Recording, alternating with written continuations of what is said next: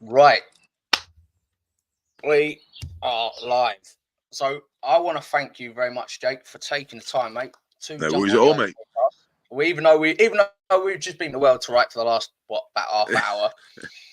So where did it all start? Like, I mean, because obviously tattoos, bikes, like take it back to where. Because I like to try and head back to like where the love started first. Because take it back to wherever you want, mate. Bloody hell. I don't know. I mean, always had a love for cars, as you do, like when you're a lad. And all of a sudden, I had a brainwave when I was like, I don't know, 16, 17, that I was going to get my own bike and sort of build a bobber. And then it was that moment on. It just kind of bigger bikes and more customizing, and it just kept going and going and going. Bloody hell, it's a bit of a loaded question. It's a long way back now. It's fucking yeah, mate, it is a good one. I'm Yeah, it is a baffling. good one. It's hard work. I'm like trying to brainwave myself back, but no, I mean with the festivals and stuff. We started off the Backwards Barn Jam, which is our country rock and blues festival that we run. I ended up meeting a guy who owns a farm. Turns out he's sound. We had a big idea, and it started off with like 100 people turning up to it, and now that's in its third year, and we've got about 800 coming this year. So that's our like awesome. Country rock and blues, and then the custom culture. I mean, I don't know. I mean, with the culture, with the custom culture as a general, I don't think you kind of.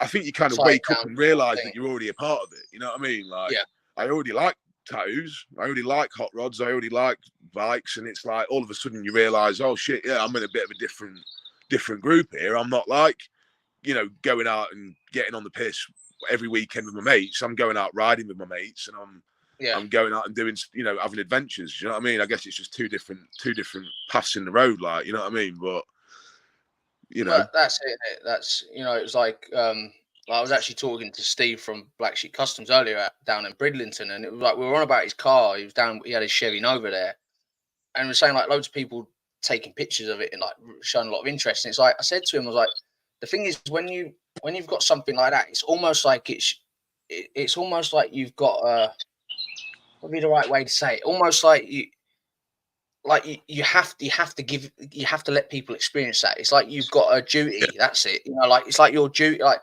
for you, obviously, if you're in a position to run a show and run more than one show, but you've got a bit about you where you can organise things. Obviously, like you said off air, like you have your own business, so you therefore you've got the right type of mind to put all the things in the right places. It's why not? Yeah, I mean, man. People are going to think, oh, you do it for money. Well, hang a minute. People won't know the 3-4 o'clocks in the morning when you're still scratching your head trying to make things work. That ain't money, is it? You know what I mean? Yeah. No, you do get that a lot. And, the whole, what, you're charging that much for tickets? You know what I mean? You get that a lot. And to be fair, it's, we're very good value. We're like 35 quid a weekend for the barn jam and like 55 quid a weekend for the custom culture, which is, and then it's like, the amount of work you have to put in, it's hard to translate that to someone when you've got like a family and you've got a business to run, and then you're trying to, do multiple things on the side, and so it does take a lot. And it's, I tell you what, the money wouldn't be enough of a driving force to keep me doing it. The only reason that gets me up and doing it is just the pure passion of it. Like, if you want a payday, there's loads of different ways to make a payday. If I wanted a payday, what I'd do is I'd just do a rave. I'd use the land that we've got. I'd put on an 80s 90s themed rave, and I'd just sell the shit out of the tickets. Do you know what I mean? That's how you get the greedy fuckers doing it. But when you're doing something that's like part of your soul, and you're putting it out there onto a field for people to enjoy a bit of what you love. No, the money wouldn't be enough of a factor to get me to do a show that's got so many moving parts to it. Do you know what I mean? Yeah, I mean, I can imagine just the fucking red tape. I can imagine a fucking headache on its own. The council do give you a good runabout. They do give you a good runabout, but on the flip side of that, it's like people are hot on suing the shit out of you, and there's a lot of covering your arse, and they want to cover their arse, and they want us to cover our arse, and everyone's insurance stuff, and do you know what I mean? It just comes down to people fucking up, and then the next time around, when someone comes to a festival, that then becomes something that they have to be beholden to, where no longer you can't have a junction on a 60 road; it has to now be a 30 road. You know what I mean? It's all that silly stuff, but it all matters. Yeah, no, that's it, isn't it? So like, obviously, this is going to be your first year with the Custom Culture show. Yeah, and it's your 4th year now with the rock. Third. So yeah, third barn jam, first Custom third Culture. Third barn jam. Yeah. Yeah, we're pretty greenhorns, really. So obviously, apart from the bike jam is purely bikes. This one is bikes and cars. Is that the main? The barn jam's like it's like hippies and cowboys. It's like you've got all the outlaw style of the music and like the bar and the theme and that, but we've also got like a lot of like hippie stuff, like pagan stuff, and we've got like a forge where you can make your own knives. We've got cigar box guitar building workshops and stuff. We've got all sorts of stuff on that. We support the barn jam is mainly to support a charity called Care After Combat, which is basically going into the prison system and helping out guys that have obviously fallen on hard times after leaving the services. I say guys, lasses equally, obviously. But we even have people up at the farm that Care After Combat have actually been in and actually helped. So they do amazing stuff. I mean, they're on call like 24 hours a day. They get a lot of calls sorry to take it in a bit of a dark direction, but they get a lot of calls of look, mate, I'm gonna fucking end it. And then Care After Combat are on the phone at 3 a.m. talking these lads out of it from while they're at home and they're in a fucking prison cell. So amazing work they do. Really is like awe-inspiring stuff. So that's really the driving force behind the barn jam. And the Custom Culture. I mean, fucking hell, we've got burlesque, the panel jam, which is pinstriping and airbrushing and everything you can imagine that's alternative is the Custom Culture. It's an umbrella for loads of different parts of the culture to come together, from fucking skateboarding to graffiti to if you name it and it's a bit out there, we've probably got it. So yeah, that's cool, man. It's like, for me personally, like, this no disrespect to bike rallies, like, I'm not a fan of them. Like I personally feel that, especially in the UK, bike rallies to me just felt like glorified piss ups. And if that's what you're into, that's cool. But like, I like more the custom stuff. Like, I like the idea of going down for the day, spending the day there, and then going home. Like, the whole getting shit faced all weekend. It's not me. I don't drink, you see, so it's just like right. Me. Yeah, you've been to one rally, you've been to them all pretty much. Sometimes it can feel like that. Yeah. So like, I mean, don't get me wrong. Again, like, if that's your bag, if that's what you're into, like, sweet. Like, if that's what you work all year to go and do the same them certain rallies every year. Yeah, man, awesome. But for me, it's like, I mean, I got to go to the Faro bike rally years ago with my dad, and awesome rally. On the Algarve in Portugal, it was fucking incredible, right? But again, it didn't feel like a glorified beer festival. Do you know what I mean? Yeah. It was like, and I know that's what I mean. I know it sounds like, I don't mean to sound disrespectful because I'm not, but like, Faro's custom bike show is huge. Like, they have a full dedicated area with just custom bikes in it. Like, it's a completely different themed area and all that. And so you feel like you're going to a bike show, even though you're there for 4 days. It's do you know what I mean? Yeah. And, yeah, man. Yeah. And that's that. And it's like, I'd say it's just mixing it up, isn't it? Making it different. You know what I mean? Like, adding something. That's why, like, having like a forge and I mean, as well at the bar, I mean, we've got like music for like 2 solid days. Like literally, it's 2 solid days of like music from country to blues to rock to a bit of punk in there as well. So, you know what I mean? Like, I think like, you know, I've got a really short attention span. If I go to a festival, I can bomb round it, look at all the stalls, and then I'm kind of stood there scratching my head, thinking, well, I've just paid a fucking day pass here. Like, there's nothing for me left for me to do.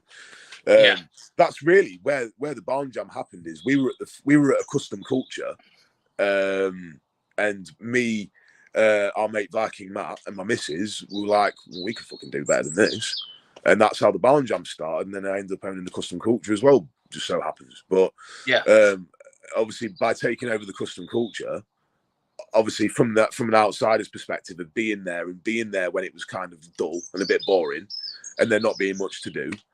You know, and it's like, right, first thing is we need interaction, we need engagement, we need stuff happening there where me, that's a bit of an awkward twat, can walk up to someone and be pulled into something instead of just kind of like bombing around the stalls, having a pint and thinking, well, I've fucking seen everything now, I'm going to go.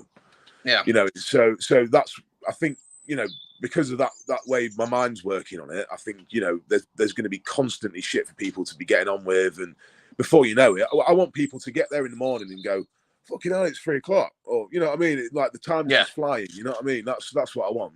You know, people just pass the day by. So. And that's it, obviously, like being like having tattooists there, you know, like even if you're not wanting to learn how to tattoo, or even if you're not a massive fan of tattooing, you're going to be intrigued. You're start like, I've been to a convention, I'll stand and watch an artist for like 20 minutes. I mean, obviously, you know, I've been fortunate enough to get into tattooing. You know, I worked in a studio in York for about a year, and I love tattooing.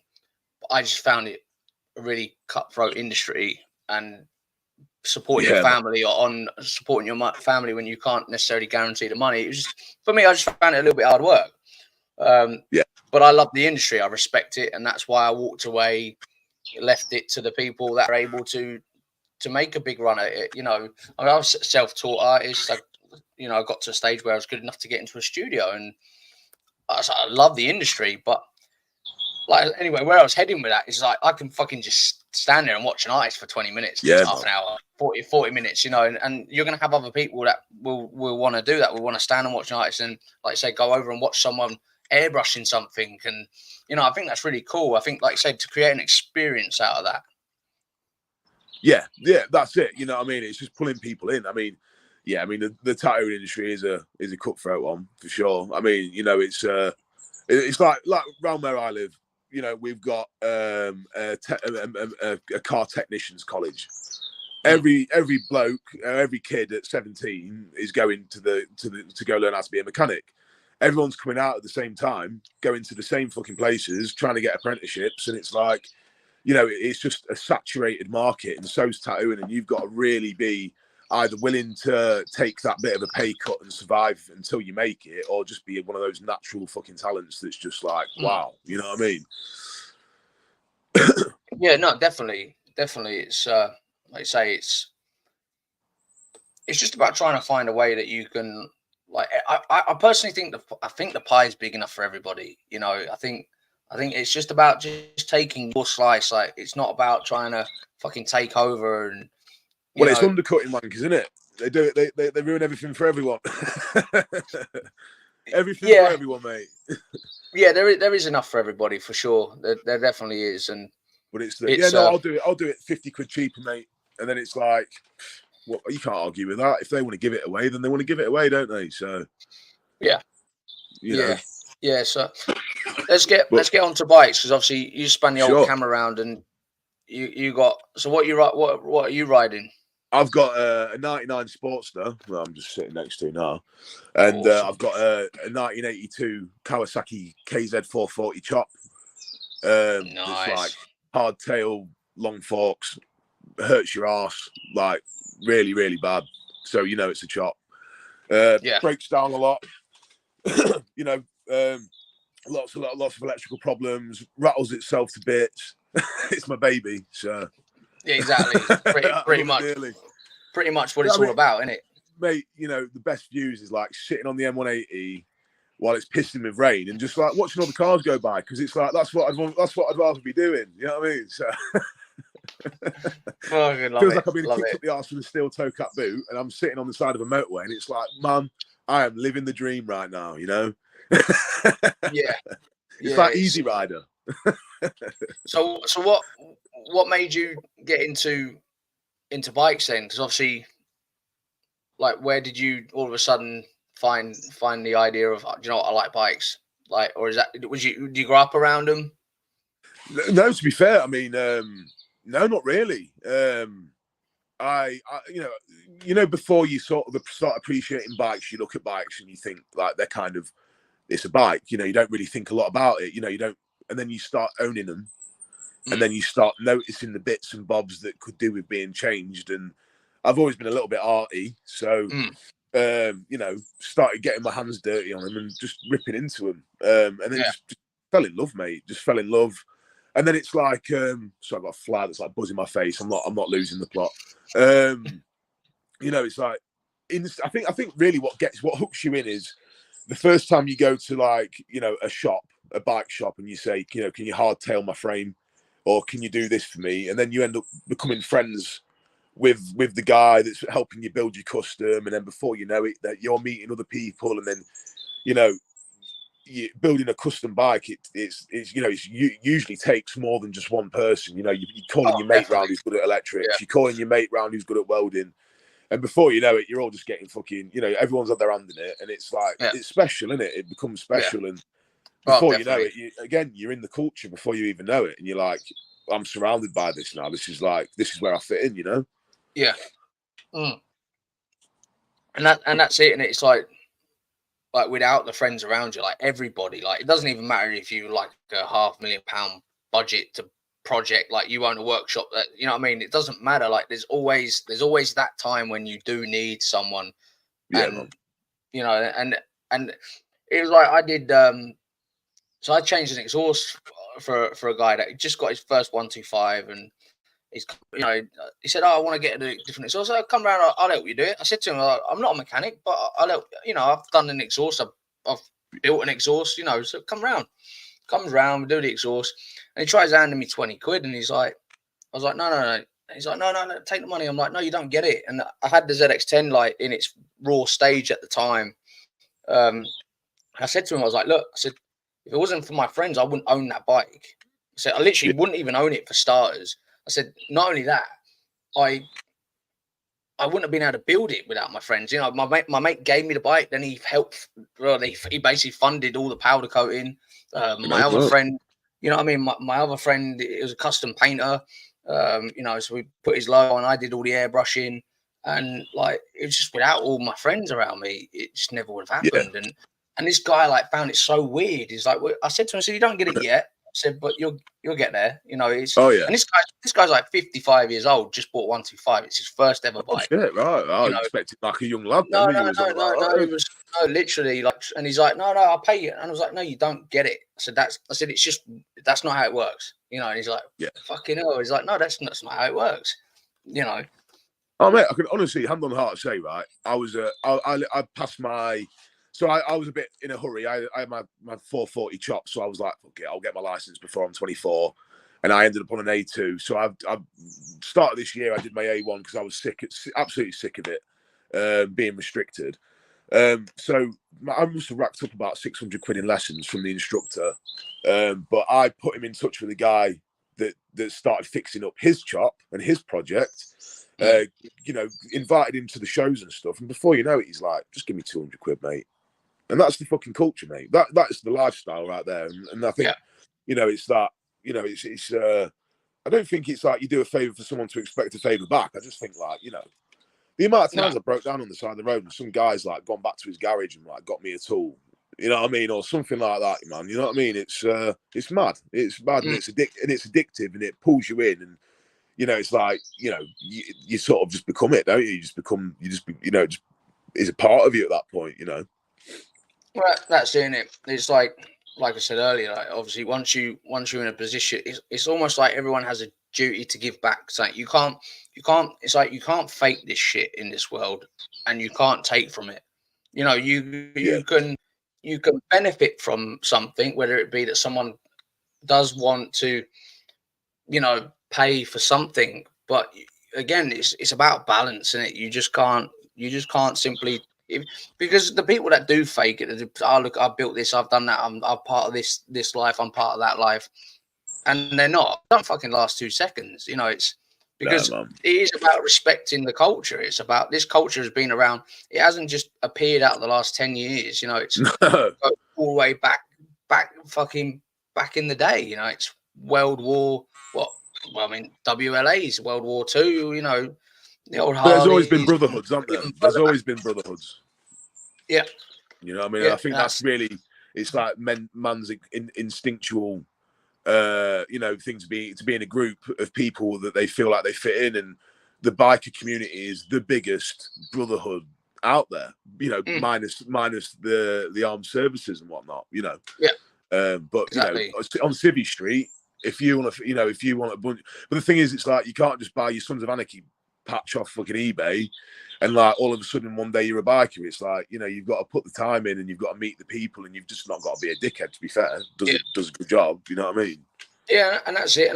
And even like it's interesting, like you touch on like to this, Wish.com Sons of Anarchy patches.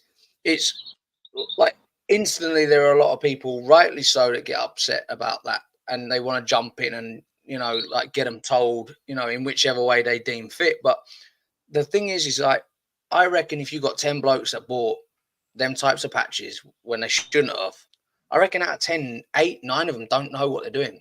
So No, dude, really, no. That's it. It's do you know what I ignorance. mean? Yeah. It's so that really it's just a simple matter of like, hang on a minute, mate, chill out, like And Sons of let's Anarchy is have pretty good. Like, you know what I mean? something I think it's fucking hooked people in, dude. I think, yeah, do you know what I mean? But it's just like it's like the term for like someone in like an army imposter. You call them a Walter Mitty, don't you? It's like the Walter Mitty of the biker world. It's like mm, but then it's like they just take a bit of educating, don't they? Do you know what I mean? It's they like do. the old boys won't like that. Do you know what I mean? People that have like done some serious Yeah, stuff to get yeah, into exactly. their clubs or whatever. It's not Yeah, something that they take lightly, is it? So no. But again, it's all respect, isn't it? It's all yeah. respect and respect both ways and all that stuff. I mean, and the thing is, like, and it's kind of the same with, and it's exactly the same with the tattoo world. It's like for me, like I've always my whole life loved tattoos, and then my dad's got a couple of tattoos, not like he's not fully sleeved up and shit, but he's got a couple of tattoos, and to be fair, most of them I'd done myself. I'd done on him 2-3 years ago. I did three of. He's got like five tattoos. Anyway, so most of them I did them, which was a Oh, great fucking privilege to tattoo my dad. yeah, Um, yeah, definitely. but like where I was heading with it is like the culture in the tattoo world. A lot of them are upset with the modern kids that are people like just jumping in and grabbing machines and are able to fucking hit the ground running. And it's like I understand that. To me, if you simply just respect the culture, whether it be you're coming into the tattoo world or whether it be you're in a position to go out and buy fucking knuckleheads, shovelheads, panheads, like if you're in a position to buy that real stuff and you don't respect where it's come from, I'm not saying that you can't go and put jack running gear in it, and I'm not saying to anyone that you can and can't do that. All I just think is just take a moment and go, I weren't the first person with this engine, or I'm not Yeah, the first person with a tattoo machine.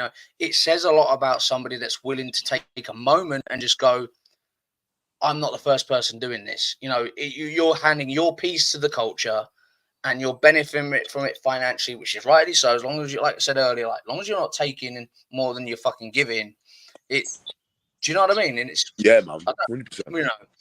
it's and that's it, and it's because at the end of the day, if we didn't get our generation in and we didn't get our kids liking the look of it, eventually people are going to want to stop buying a knucklehead or a Yeah, shovel or a pan, or whatever it is, or like you say, like your Kawasaki. Eventually people are going to look past all of that and then go, well, well, this thing doesn't have a USB stick and rides itself. yeah, I don't want yeah. it.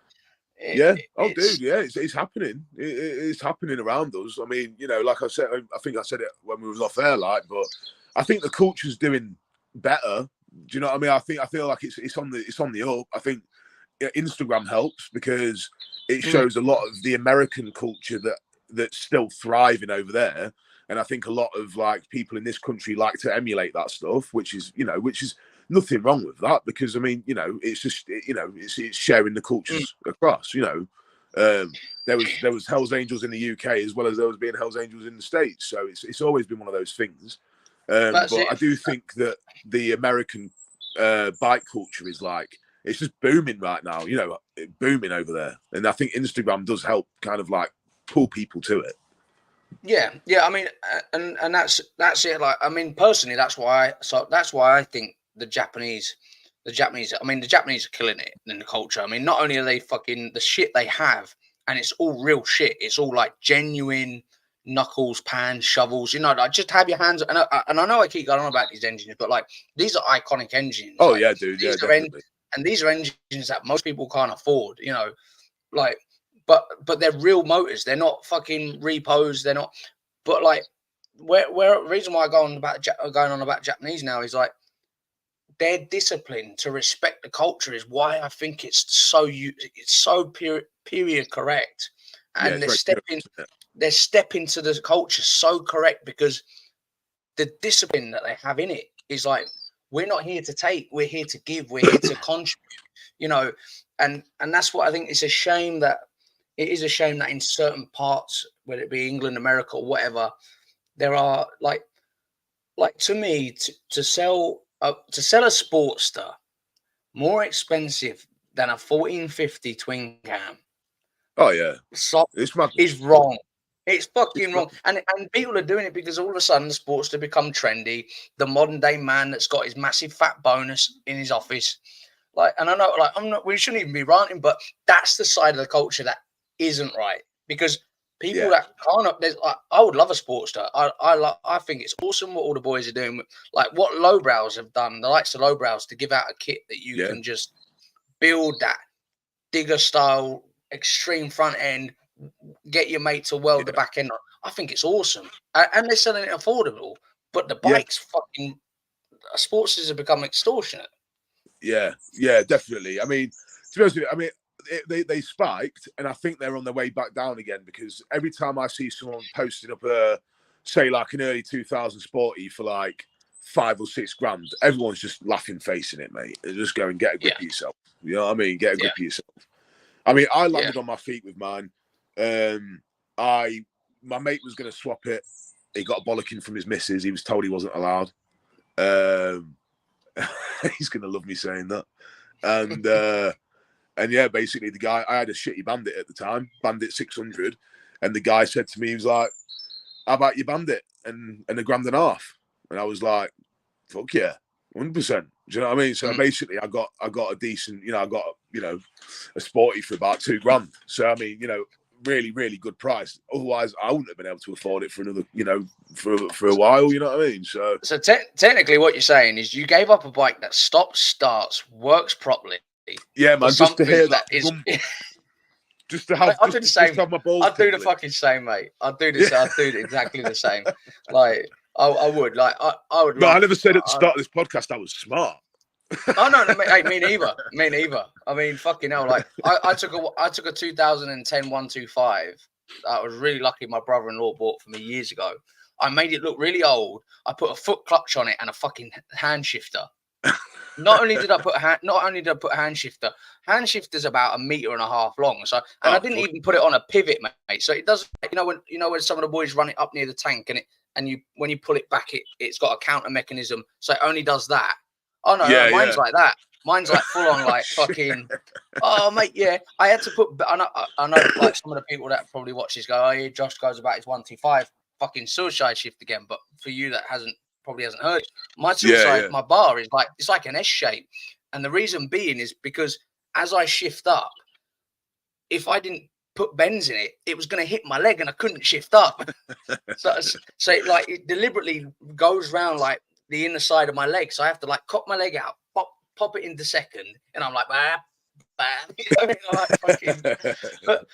it's just outrageous. Yeah, that's awesome though. That's a bit of character, though, isn't it? that's it, you know. And like I built a fucking exhaust out of a bed frame. Do you know what I mean? That was kind of like that's what I mean. Like, and I've said it a lot tonight. Like, I think that if you want to give to the culture, you need to be realistic of what you can give. Like, I can't give expert welding materials. What I can give is I can give the resilience to keep nagging, like wittering on, and tell my stories of the shit that I built out of junk, you know, and you know, if I can build something which the exhaust is out of a bed frame and someone stops and takes a picture of it, then I feel like I've achieved what I wanted to achieve, you know. Yeah, too right, man. I mean, you know, it's like they're the best character bikes, aren't they? I mean, I've always liked the idea of having, like, you know, your junker bike that you kind of just ragging around on, which is the Sportster, and then I've got like the chop where I spent about 700 quid getting it rewired. Yeah. Just because I wanted it finally rewiring properly. Do you know what I mean? And it's like I kind of turned that into my baby that I'd sink loads of money into. But then it's also nice. Your missus spent 700 quid? Does your No, missus know she you knew, spent mate. 700 quid I on a know, I'm wiring still here loom? talking to you. No, I'm just fast at running. I'm just good at evasion. Fucking hell. I've got a ghillie suit. I just sit in the back garden for a couple of days, wait for it to fucking die down, and then I'm like, babe, can I have some tea? Yeah, I'm hungry please. out here. Fucking. I mean, mate, I'm in charge when Mrs. ain't here, and she gives me permission, mate. It's I think the only reason she don't mind me doing podcasts is because I'm not annoying her. Oh, you're not on eBay buying shit? Yeah. I want that. Want that. Facebook Marketplace, like. I know. It's fucking. It is crazy, isn't it? But anyway, yeah, I feel that we wandered off topic a bit again. Like I'm a fucking fucker for like we go down like that side of it. So I want to talk more about the show that you've got coming up in September. So obviously, you know, we need to kind of, because this is the first year of you doing it, so we need to kind of get out, like, people need to know where it is. Because I tried telling my mate earlier, I was looking through your digital poster, and I was like, do you know what? I can't fucking find where it is. So so it's at Slate's Farm, which is it's at Caneby Corner. It's just outside of like Market Raisin. Market Raisin. So it's like Market Raisin, Lincoln Way. Yep. It's where the Lincolnshire Showground is. It's like 5 minutes up from there, where it used to be. Okay. So yeah, man, it's the postcode's LN8 2AW for anyone that's, you know, interested. Yeah. Right? But because it's not on the poster, is it? Is it on the I think it might be somewhere. But then there is a lot going on that poster. It's a sick as fuck poster. Like, I love the vibe of it. I was like looking through it earlier. I was on the phone to my mate. I'm like, because like I said, my friend lives over in Scunthorpe. It was like, we'll try and get over. And he goes, where is it? And I'm like, bear with me a sec. And I'm like, I can't find it. Yeah, you know, I've got a flyer here. Hang on. But maybe, mate, it's me though, mate. I can't fucking. No, you're all right. You have me wondering. I'm that guy. I'm that guy in the shed looking for a 10mm spanner, mate. That's in my fucking hand. I can't find it. No, you're right. It doesn't have it on there, but it has got the website. Right. That's at least it wasn't me being an idiot then. So. No, you're all right, mate. No, yeah, that's cool. No, I mean, it's got the QR code. I mean, I think, you know, they're just funneling people to the website, because it's like, as much as you kind of get a brief overview of the flyer, I'll just you know, it's there's a lot going on there. You know, let me just sort it's cool as hell. It's a cool as hell flyer though. You know, lots going on. So, but yeah, no, it's like we've got burlesque. So we've got like 3 burlesque performers, quite famous ones. We've got like we've got Queenergy, which is like a Queen tribute band, so everyone can be pissed up singing Bohemian Rhapsody. We've got like glam, like sort of like 70s glam rock stuff, and then as well as like the rockabilly stuff. What else? Man, just tons of stuff. Like, you know, if you got down there, you would not be bored at all. It's tons of stuff. Yeah, I'm hoping to get down. You know, I want to get over. Maybe we can fucking set up a fucking little corner. I can wedge fucking microphone under someone's nose. Oh, What dude, are you doing? you honestly, I mean, I messaged you first, didn't I? Saying, if there's You anything did. you want You to did. It do was to be, involved, then awesome. come on board. So Yeah, you did, mate. I was like, fuck. I was thinking to myself, is this guy fucking messaging the wrong guy? Maybe he's got some, he's reached out to me. I'm like, what the fuck? As straight shooting as possible. I mean, I literally rang up Matt, who does Matchbook. I rang him up and just said, like, straight as, like, I want someone to run a custom show, and like just straight, just both just vibing off each other and just made it work. Do you know what I mean? So that's awesome, man. When it feels right, it just feels right. And I mean, like Matchbook Custom, I mean, they put out some seriously nice stuff. I mean, and their engineering work at Matchbook as well, like, the upgrades that they put into the bikes, and then the hospitality, and then the fucking place is cool as well. Like, they've got like a cafe and all that stuff. So they're going to be at the show in the marquee. We're looking for 20 bikes, so we're wanting 20 applicants of like custom bikes, and to win a prize of $1,000, basically. So nice. 20 pre-applicants. They're going to be parked up in the marquee, and the public are going to vote for which one's the crowd favourite, and then the winner's going to walk away with a fucking sexy trophy and $1,000. So, I mean, at very least, it's going to cover the fuel. Yeah, I mean, depends what engine you've got. Fucking hell, yeah. Yeah, I mean, I think that was kind of like the American culture coming through. They're big into their prize money, and I think you get a better, you're going to get a better sort of like, quality of stuff with a good cash prize. I mean, for the best car and show, it's £300. We've got all kinds of trophies and stuff like that going on. The only times you have to put an application in is if you're going for the money. There's loads of other trophies to be won that you'll automatically be entered in just for coming for the weekend. So if you park your bike up, you might not think anything of it, but you never know. It might get picked for something that you don't really realise. Is there a trophy for the guy that can chat the most shit? Because no, but I don't know, man. I think I'd have you beat. I know some shit talkers, and I don't mean shit as in bullshit. I mean just waffling on absolute irrelevant shit. What, you're like a number count?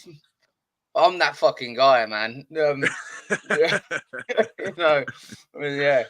it's a good thing though, isn't it? 'Cause it's what you do. But that's it. It's like kind of like a few people that know me for quite a while have been like, mate, it made sense. Like, you just don't shut the fuck up. Like, I can keep this conversation going for fucking ages, and I think sometimes that's not always a good thing. Like, I do think sometimes people are probably like, all right, Josh, that's enough. We've heard about your fucking suicide shift. No one gives a fuck anymore. But yeah, no, it's I mean, like today, like I got news stories today. Obviously, like I was saying to you earlier, like, I went to the fucking Bridlington beach racing, and guess what? No one could fucking race because no one could see anything because of the fucking fog. Crazy. Yeah, it was but there's some nice stuff there. It was some nice stuff there. I was trying to see if I could see the lads from last week of July. Yeah. Well, the problem is, unfortunately, lo and behold, they're clashing with us. So all those amazing bikes, like Keeping It Country and all them guys, like, I'm sure they would have probably been up for winning $1,000. You know what I mean? And they could have quite easily probably done that with their bikes. I mean, they've got some amazing stuff. Fucking dates, mate. Do you know what I mean? It just works out, unfortunately, that we clash. So, but next year we shouldn't. So, fingers crossed. Yeah. But you're going to clash with shit. You know what I mean? I guess there's only a certain amount of decent dates in a year, isn't there? So yeah, it's like next week. So next week, obviously, Highway 63. I'm sure it's 63, 68. I should really notify. Highway 68. I'm sure they're called. I'm gonna have to check that now because I'm not look like an idiot. They have a custom American show in Hull. It's the first one they've done. All right, okay, that's next Sunday. Next Sunday, and it's called Highway 68. It's fucking. Let me check this out. It's either Highway 68 or Highway 63. That's Right. 63 Highway 63 Club. They have their first show in Hull next Sunday on the 19th. And All right. the only reason I'm mentioning that now is I'm not trying to fucking advertise their show. It's the fact that I'm at the Distinguished Gentleman Ride Out in York doing podcasting. It's my first. It's Oh, actually my nice. first. It's my first ever event. Like I'm fucking shitting myself, really. But Yeah, it's a good one, though. Good one to get into. but the point being is, like, I was asked if I'd like to go down and get involved a little bit of what they've got, and I was like, you fucking had to do it the same fucking day I'm at something else, didn't you? And they were like, no. I was like, yeah, you fuckers. Man. It's like, god damn. I mean, my big thing, like, we've got load of we've got like the Modified Nationals and the Hot Rod Show, and we've got like Lincoln Tattoo Convention and all that stuff.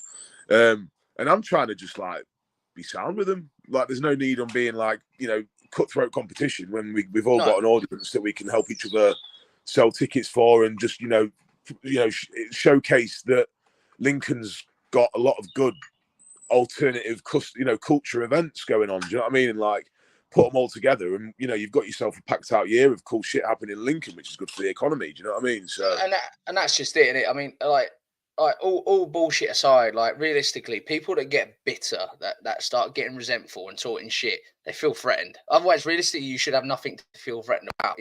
It's not even competition.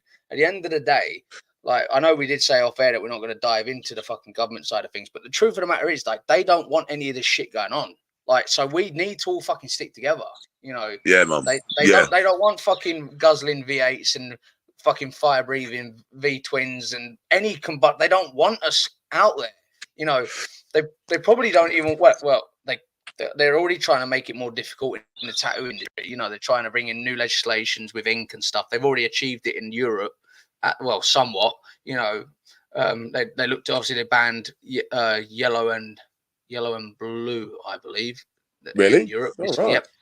I think World Famous were the first company. I could be wrong, and I apologize to anyone that's listening if I'm talking shit, but I'm sure World Famous were the first guys to bring out blue and yellow without these certain ingredients in. So it wasn't the fact that they banned them colors; it was the fact that them colors were the ones that contained these two, whatever it was, which is a load of shit. They're saying it caused cancer. Well, that's but going to be a problem for me, because like blue and yellow. Yeah, so, and what they said. Well, that's it. And like what they're fucking saying is basically they believed it has some form of cancerous shit. But then there was other specialists saying, look, it has that potential when you decide to get it lasered. So really, more for the fucking person that didn't think about the tattoo they were getting. Do you know what I mean? Yeah, that's it, dude. I mean, fucking hell, where do you stop with that shit? You know what I mean? It's like, I start my bike with the garage door down to not piss the neighbours off. So that's probably knocked like 5 minutes off my life. But if it stops the next door neighbours from bollocking me, then it's fine. Do you know what I mean? And when you see them fucking fairies and pixies floating around, even that's fucking better. Mate. I'm just having a little tea party in here and just loving life. And... Fucking hell. Who are you talking to? Fucking Barry. Who's Barry? This fucker sat here, look. Fucking hell, mate. I love it. Awesome. So so like, obviously with the show, what do you reckon, like, you're gonna have? You got an idea of how many people you reckon?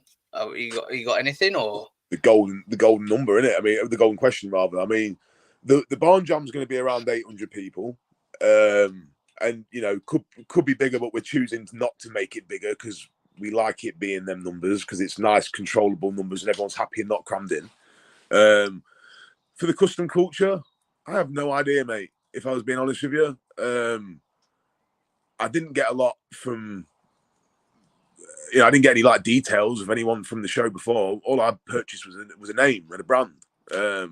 So I mean, we are literally starting from scratch. Although there is a following on the Facebook and Instagram and whatnot, it is really starting from ground zero. I've put a lot of my own money in, and I don't think I'm going to get it out this first year, which is fine. It's not about that, like we were saying earlier, but I've made sure that the show's going to happen if it's fucking 10 people there or if it's 1,000 people there. So I'm not really that fucked, and I know that like in the coming years it will build back up to what it was. It used to pull in about 5,000 people, 5,000 campers back in the Wow. day. Oh, that's fucking awesome.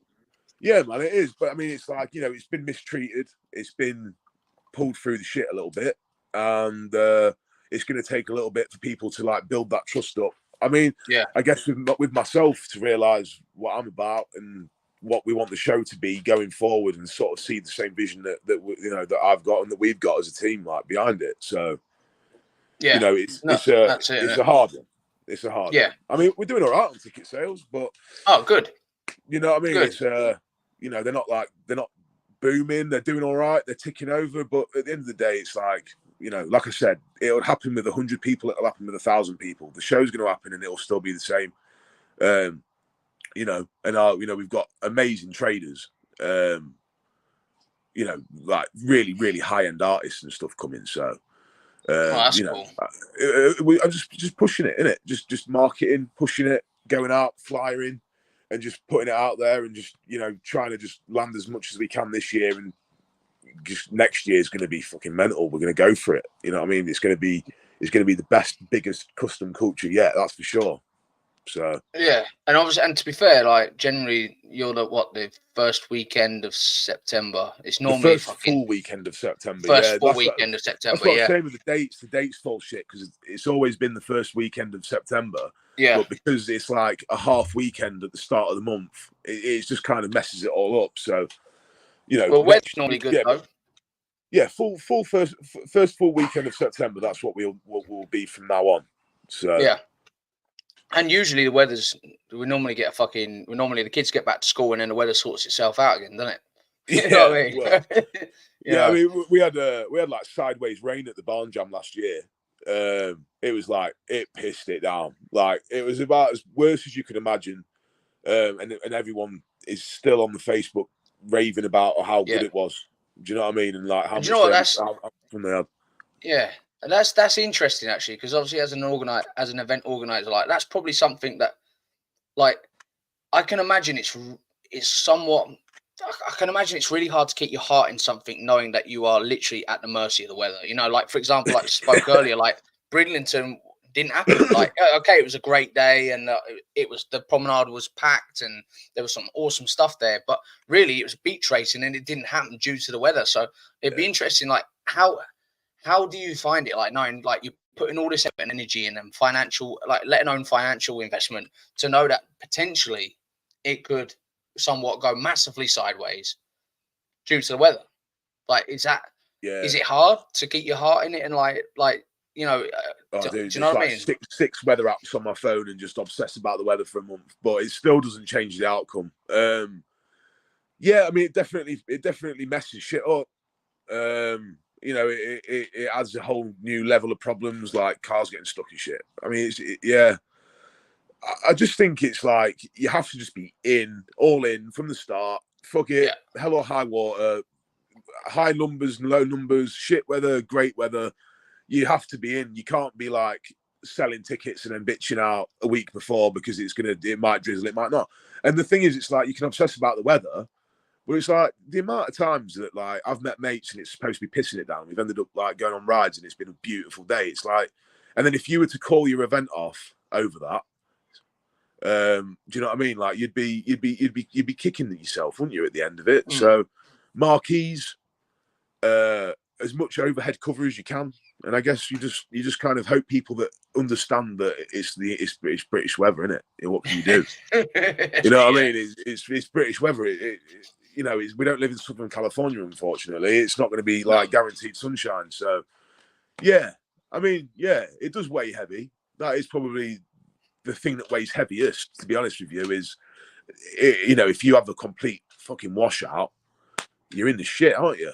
Really, and that's you know, being open air is kind of like, you know, is your biggest enemy right there is weather. But if you're choosing to do it, you're choosing to do it, aren't you? So and that's what I mean, like that, like for like what I'm kind of where I'm trying to get like the feel for this, like the understanding, like that you're putting so much into something that literally is at the mercy of like something you simply cannot control. Like, how that must be like on the day where you've fucking you've entertained all the red tape, like you've jumped through every single fucking hoop, and then it must be like the energy involved to keep your mind on that path, like to keep like no, I it's mean, gonna, I'm just do you know what I mean?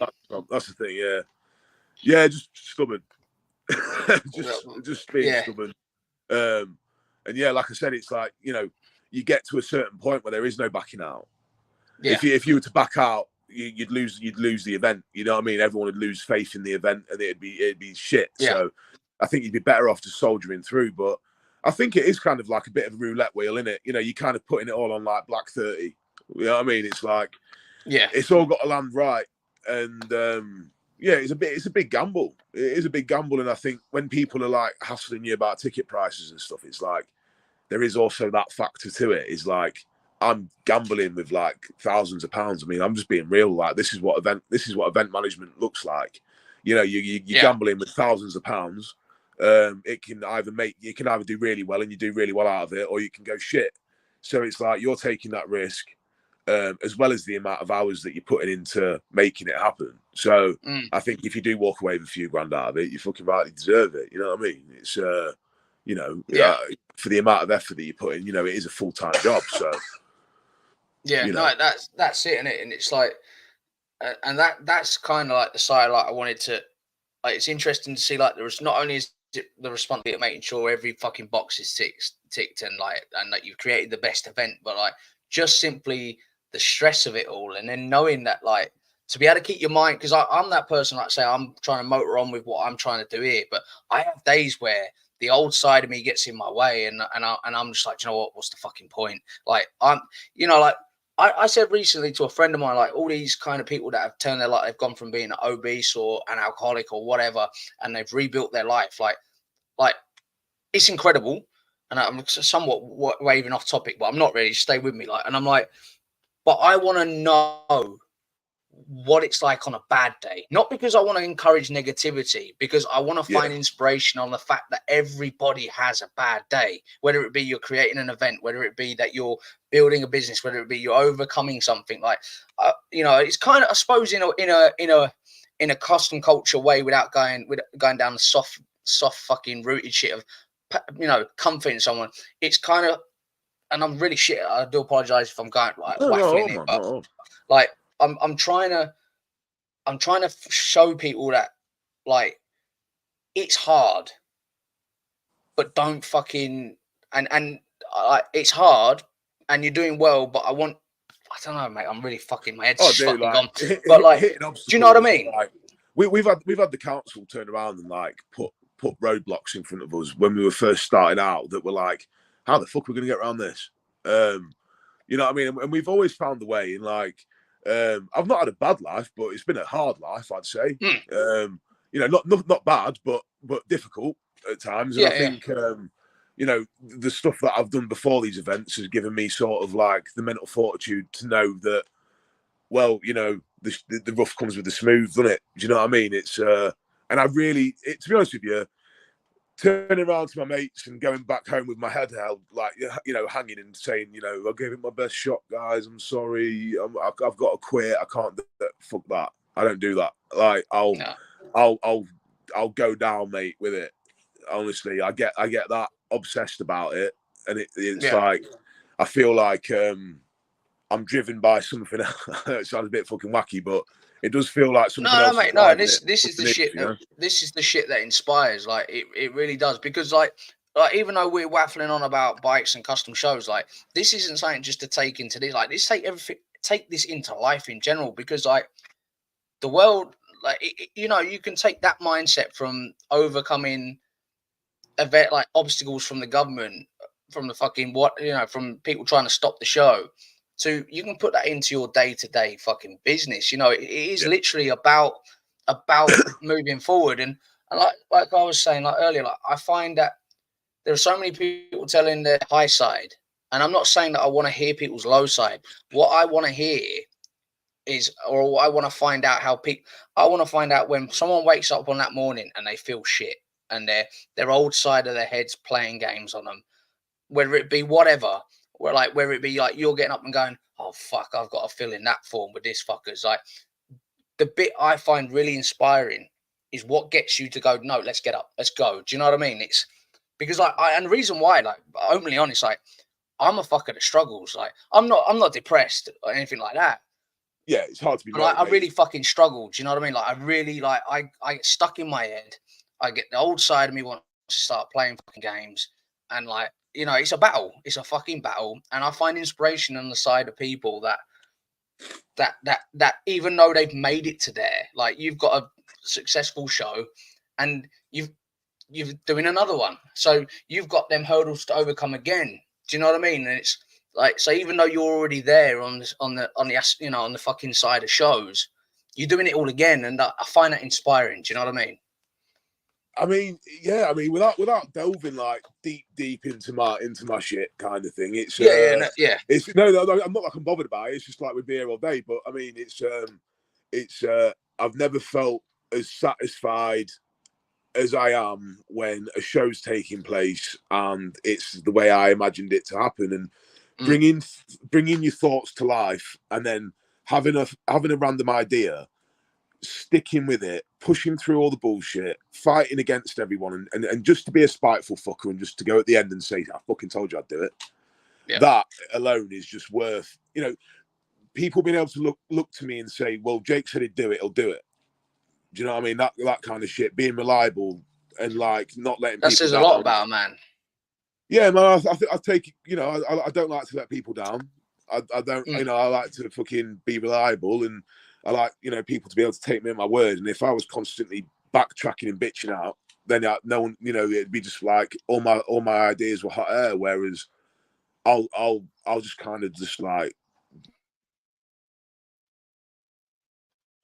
Yeah, we seem to have lost him for a second. But like, you feel more satisfied doing something that you're enjoying right now, which is obviously this podcast, and you've sort of hit your sort of stride of something that you feel like you love. And obviously with the festivals, I did the barn jam, and I was kind of just addicted. And then obviously fate has guided me to the custom culture to pick it up yeah, and keep it going. I feel like it's fate that's got me here. So do you know what I mean? It's it yeah. is all a bit wacky and shit. Do you know what I mean? But then you have to kind of put your head in a certain space to soldier through, don't you? You know, you have to kind of like, you know, if you believe in whatever, and, you know, a And that, guiding power yeah, or whatever you need to no, do. You know what I mean? You just make it work for yourself, don't you? So yeah, definitely. I mean, for me, like the reason why, like, I asked this type of shit is because, like, yeah, you know, I'm absolutely fucking so fucking grateful that people want to sit down and listen to me waffle on, nodding me head like a fucking nodding dog, and all this shit that I do, you know. But like, like I said off air, like, I do find this really hard. I know I repeat this a lot. Like, social media isn't something that comes easy to me. Like, I can easily do a podcast, but like, I generally struggle doing a video to announce a podcast. Like, I yeah, can man. actually, I can even, mate, I'll even fucking show you on here. So, and you'll be able to see it as well. So I got on here. So I did the video for us. Them three faces at the top, being right at the top, the videos. Yeah, Yeah, yeah. that is 3 attempts trying to do one video, and even like, and I show that because it's like, I fucking struggle with it. I do Like, I exactly the find it same, really. dude. Do you know what I mean? But I do like, exactly the same. and that's it. Like, what I'm trying to do is, I don't want to be one of them fucking guys that are like, you can do it, positive shit, I came from changing my life. Like, no, I want to be known as one of them guys that goes, do you know what, right? He ain't trying to fucking encourage the negative side of it. He's trying to show that, look, like, yeah, I've done 45 episodes, but I still struggle, like, and I still get up and do it. I want that guy, because I think that guy relates more to real people than a Yeah, guy that is sure. killed it on Instagram. Or, do you know what I mean? I do like, my brain. That's just where my fucking brain. Like, I literally don't understand why people want to sit and entertain me, because my brain's like this all the fucking time. Yeah, I mean, like, fucking hell, man. Like, you don't get the payoffs for an event until the event's happened. So you kind of just got to hit a rhythm. You kind of just got to every day I just chew my way through it. Just like, today I'm going to do the accounts, tomorrow I'm going to do marketing, and then it's just like, you know, I know I'm on the where I know I'm where I should be. I can't really explain it better than that. Yeah, It's just, yeah. I've kind of like clicked into where I need to be in life. I think, you know what I mean? And it was always kind of meant to be like this. And my life led me up to this point. I mean, you know, and away we go. But no, it ain't easy. It ain't easy at all. And, you know, it's, but yeah, no, I get excited about it and I thoroughly enjoy it. And it's, you know, like bikes and I don't know, you can't explain it to someone that doesn't ride, but fuck man, bikes are my life. You know what I mean? Riding bikes, the friends and stuff I've made and shit like that, you know, like bikes and fucking, you know, that's my life. Yeah. You know what I mean? Yeah, it's incredible. It beats me. It is, mate. It is. I mean, I said to somebody, and I know I came across like a proper arrogant fucker with it, but so I had someone ask me, "Oh, why do you ride them? They're a death trap." And my reply to him, I went, the very fact that you've had to ask this question is the same reason why you will never understand. And he goes, "Well, what does that mean?" I said, "Listen to what I just said. I said the very fact that you had to ask it, you'll never get it." And he was like, "What do you mean?" I said, "Because you just won't. Like you've had to ask it. The fact that you've asked the question is why you won't get it. You don't ask. Oh, you don't ask. Can I ride a bike? Like you go and do it. Like you go and get your CBT. You go and do like all the stuff that you've just finished doing. Like you go through all of that because you have to do it. Like it's something in you that's just. It doesn't matter whether you got the connection where you stood. Your neighbor had a bike and he started up and he let you rev it. Like you we all do it. Like you ride down the road. I had it today. Like going into Bridlington, a couple of lads were like that, and like you have to do it. It's you owe it to them. If that means, and this is the way my brain goes, right? And I know it sounds fucking weird, but look at it like if I rev that bike and he gets excited by that, and then that means he wants to go ride a bike, that might mean that kid ain't going to become a druggie or an alcoholic or a bad person. Do you know what I mean? And I know it sounds fucking weird, but that's where my head goes. You know, I'm not saying do you know what I mean? And I'm not saying Josh went past on his bike and revved it, and that kid took that path. But if that's what excites him, if that's what, do you know what I mean, mate? That's where my fucking head goes all the time. Yeah, man, it's inspiring, isn't it? You'd be trying to be inspiring and trying to.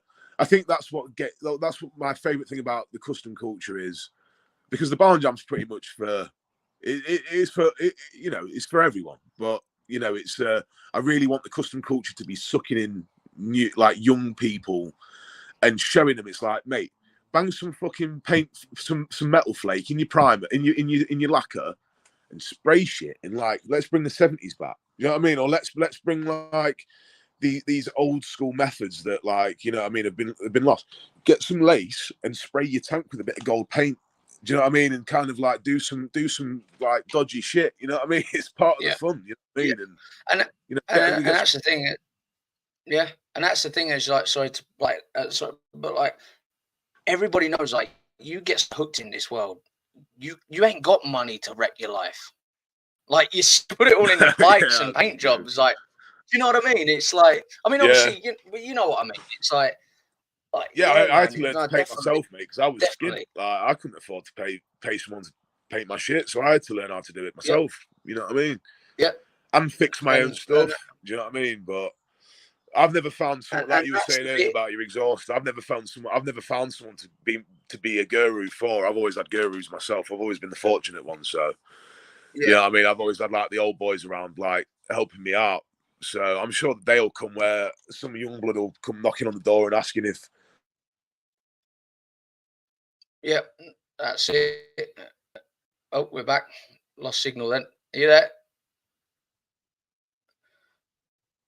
Are you there, bud? I can't hear you. Can't hear you, bud. I think you're muted. Hello? What?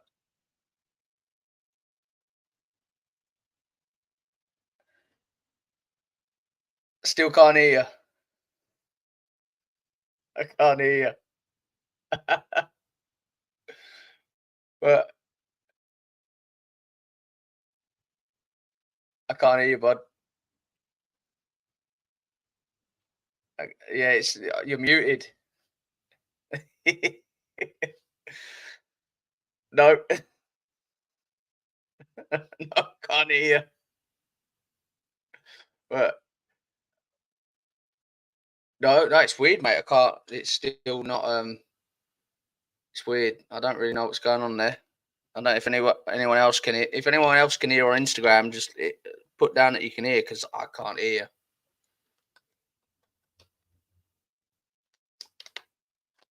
No, it's it's not working, bud. I don't really know what's going on there. Let me see if I add you back on here. Can you? I can't. No, no. I think no. It's all right. But I think obviously we'll have to obviously maybe try and reconnect or it's weird. That is really really weird.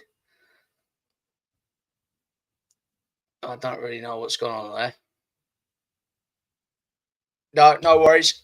So I will end this live stream. Due to the fact I can't hear Jake. Can you hear me? Yeah, you can hear me. So for those that with with folk handles and sign language, I fucking love it, love it. But anyway, I'm gonna end the live stream. Obviously, I think we have covered most of. I know I keep wandering off and chatting shit, but it's been great to sit and talk to the man that can't talk now. His microphone's had enough. But you got to head over and check out his Instagram, and obviously I'm guessing there are links on there to other show as well. Is there links on there? Yeah, awesome. Right, I'm gonna hit the end stream here because I'm just talking to myself. I feel like a right dick. Right, thank you.